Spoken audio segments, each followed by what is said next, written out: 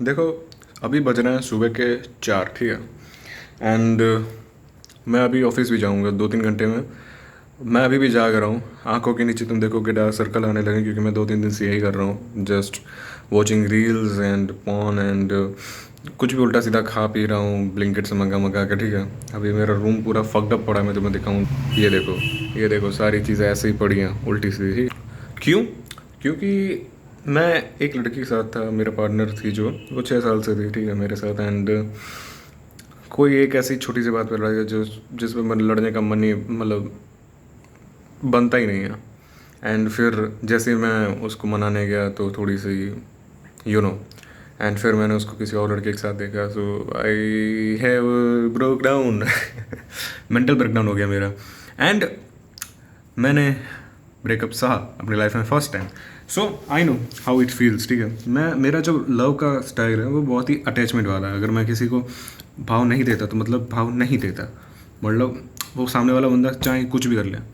पर अगर मैं किसी को थोड़ा सा भाव देता हूँ और फिर मैं एफर्ट देना शुरू करता हूँ तो फिर मैं उतना भाव देता हूँ कि फिर वो मतलब अटैच हो जाता हूँ मैं उससे ईजीली, फिर मैं उसको छोड़ नहीं पाता, भूल नहीं पाता। So I know how you are feeling if you are suffering from breakup. तो मैंने इस टाइम पीरियड में, ठीक है, जो रिसर्च की वो मैं आपके साथ शेयर करने वाला हूँ, जो मैं अप्लाई करने वाला हूँ इस फकिंग डिज़ास्टर से बाहर निकलने के लिए। सो फर्स्ट थिंग इज़ कि देखो, एक्सेप्ट करो कि वो जा चुकी है, अब वो नहीं आने वाली है। एंड गलती उसकी नहीं है। देखो, अभी कई तरह के लोग होते हैं। पहले तो ऐसे लोग होंगे जब उनका पार्टनर उनको छोड़ के जाता है किसी भी रीज़न से, चाहे भले उनकी गलती क्यों ना हो, फिर भी वो अपने पार्टनर को ब्लेम करते हैं। क्यों? ताकि वो पूरा जो हुआ है कार्यक्रम उनके साथ, सारा ब्लेम उनके डालकर खुद मूव ऑन करने लगे लाइफ में। मतलब उनको गालियाँ देते हैं, अपने पार्टनर को गलत गलत बोलते हैं, गलत गालियाँ देते हैं। एंड समझ रहे हो, ऐसे लोग क्यों? क्योंकि उनको उनको लगता है, उनको ऐसा फील होता है कि वो चीज़ उनको मूव ऑन करने में हेल्प कर रही है। इट्स लाइक कि वो क्या कहते हैं, अंगूर खट्टे हैं, नहीं होती लोमड़ी जिसकी वो अंगूर पकड़ नहीं पाती तो फिर अंगूरों को ही गाली देती कि तुम तो खट्टे हो, तो मुझे तो चाहिए ही नहीं।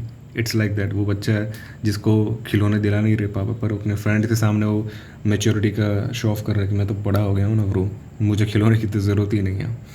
सो इट शुड हर्ट। वो और भी ज़्यादा घर करेगी चीज़ें, क्योंकि क्या आप अपनी डिज़ायर को छुपा रहे हो, ना कि उनसे डील कर रहे हो। जब आप किसी चीज़ को मन के गहराइयों में दबा देते हो, सप्रेस कर देते हो, तो फिर अगली बार जब भी वो सेम चीज़ होती है या फिर क्या कहते हैं उसके सिमिलरिटी कुछ आता है, तो और भी ज़्यादा इनसिक्योरिटीज़ तुम्हारी शो होती हैं उस चीज़ सिचुएशन में। मान लो अगर तुमने अभी छुपा दिया, ठीक है, कि हाँ उसी की गलती थी, फिर जैसे सलमान खान के साथ हुआ, ठीक है, सलमान खान की इनसिक्योरिटी क्या कहते हैं, एक गर्लफ्रेंड थी, उनको छोड़कर चली गई due to his anger issues and ego issues and everything. Same दूसरी गर्लफ्रेंड भी कर, पहली गर्लफ्रेंड के ऊपर तो उन्होंने ब्लेम कर दिया कि उसकी गलती थी, दूसरे के ऊपर कैसे ब्लेम करोगे? सेम तुम्हारा भी, अगर तुमने ब्लेम कर दिया उसको, ठीक है, गालियाँ देके भुला दिया उसको, पर जब सिमिलर सिचुएशंस आएंगे तब तुम्हारी सारी इनसिक्योरिटीज़ पहले से भी ज़्यादा प्रोजेक्ट होके बाहर आएंगी। तो ये चीज़ तो तुम्हें करनी नहीं है, ठीक है। अपने पार्टनर को गालियाँ नहीं देनी, एक्सेप्ट करना कि हाँ भाई चलिए कोई दिक्कत नहीं है, कोई बात नहीं, ह्यूमन है, उसकी मर्ज़ी है, शी इज़ इंडिपेंडेंट एंड मेरा उस पर कोई हक नहीं बनता। Sadly its truth, it's fucking truth. मैं चाहे जितने एफर्ट दे दूँ, मैं अपनी जान ही क्यों ना दे दूँ, गला काट कर रख दूँ, पर उसका एक सेकंड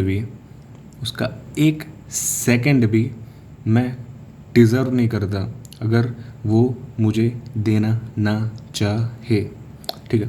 सेकंड थिंग इज़ कि दूसरे होते हैं जो अपने पार्टनर को एकदम ऐसा चढ़ा के देते हैं, एकदम हेवन, देवी थी वो, आइडियल थी लवर। कोई भी आइडियल नहीं होता, वी आर ह्यूमंस, हम सबसे गलतियाँ होती हैं। तो उसको ऊपर चढ़ाना भी उतना ही गलत है, क्योंकि आपका जब नेक्स्ट पार्टनर रहेगा आप हमेशा उसको उससे कंपेयर करोगे, हमेशा खुद को तो डिसअपॉइंट करोगे, उसको भी डिसअपॉइंट करोगे। और आपकी लाइफ में हमेशा आपकी ही girlfriend as a third wheel act करेगी आपकी इमेजिनरी एक्स के साथ, and which is you don't want, ठीक है। तो आपको ना पेडेस्ट्रियल से नीचे गिराना है उसको, ना ही ऊपर चढ़ाना है। You have to think logically, practically. I know तुम्हारा दिमाग काम नहीं कर रहा है, दिमाग एकदम फक हो चुका है। I know, I can relate, ठीक है। बट जब भी ऐसा मन करे कि यार वो तो कितनी घटिया थी, तब याद दिलाओ कि यार मैं भी कौन सा बढ़िया हूँ, मैं भी तो घटिया हूँ। देखो चीज़ ऐसी है, हम जैसे होते हैं हम वैसे लोग अट्रैक्ट करते हैं। अगर मैं थर की पागल सन की हूँ तो मैं थर की पागल सन की जैसी लड़कियाँ अट्रैक्ट करूँगा, and that's the fucking nature's rule, ठीक है। तो it's truth bro, it's truth, ठीक है। तो अगर मैं, देखो सीन ऐसा ही है, देखो जो एकदम शरीफ बंदा होता है, ठीक है, शरीफ बंदा वो क्यों होता है, क्योंकि उसकी जो डिज़ायर्स होती हैं, जो मतलब छुपी हुई होती हैं, वो उसने दबा के सप्रेस करके रखी होती है ना। इसीलिए उसको कौन सी लड़कियां ज़्यादा अट्रैक्टिव लगती हैं, जो अपनी ये जो उसकी जो छुपी हिडन टेंडेंसीज है उसको प्रोजेक्ट कर रही हो पब्लिकली, लाइक थोड़ा सा ओपन हो, एक्सट्रोवर्ट हो, जो जो मतलब कॉन्फिडेंट हो, इस तरह की लड़कियाँ।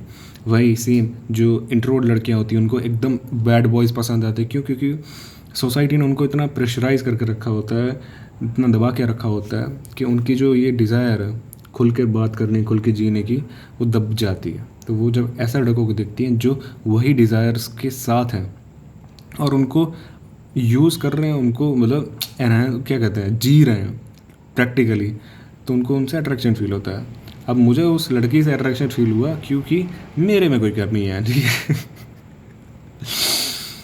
May be I like cheaters, ठीक है। सो या दिस इज़ द थिंग, ठीक है। तो आपका पार्टनर आपके जैसा ही, बस इसीलिए आपको अट्रैक्शन उससे हुआ था, ठीक है। सो या आपको एक्सेप्ट करना है कि हाँ गलती थी हम दोनों की, हम दोनों इंसान हैं एंड गलतियाँ सबसे होती हैं। दूसरी चीज़, आपको 6 महीने तक कुछ भी करने से पहले सेकंड थॉट लेना है किसी ना किसी का।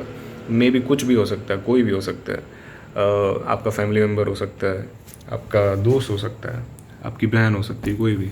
क्योंकि इस टाइम पीरियड में आपका दिमाग आपका दुश्मन बना होता है। आप इमोशन ज़्यादा सोचते हो and which is not practical in this world. You need to be practical in this world, practical thinking develop करनी पड़ती है, and that's why always prefer second opinion in this 6 month.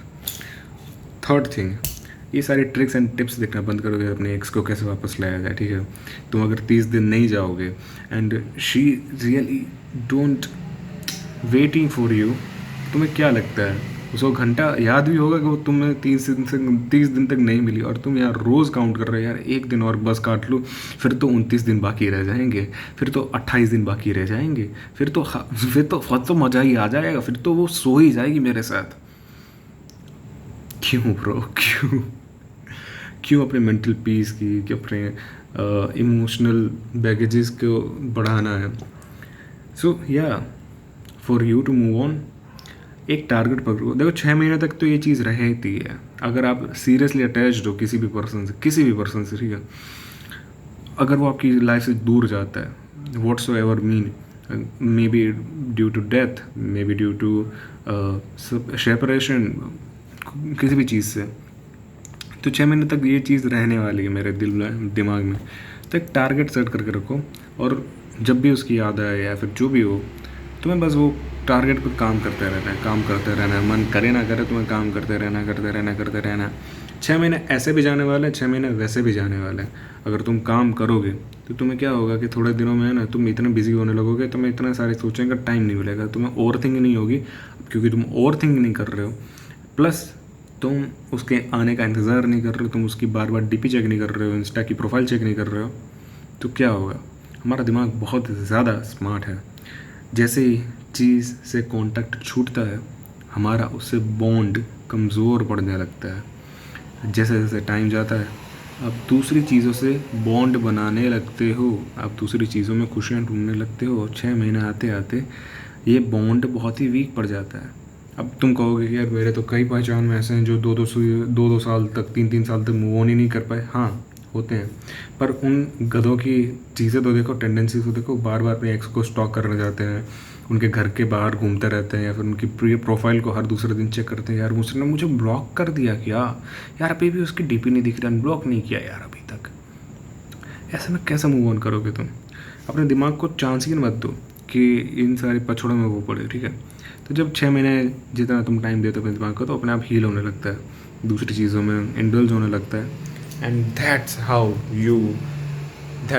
You become better, क्योंकि इसके सिवा कोई और रास्ता है नहीं। वो तो चली गई है, उसको जाना था, वो जा चुकी है। एंड तुम हो अभी तुम्हारे साथ, हमेशा रहोगे।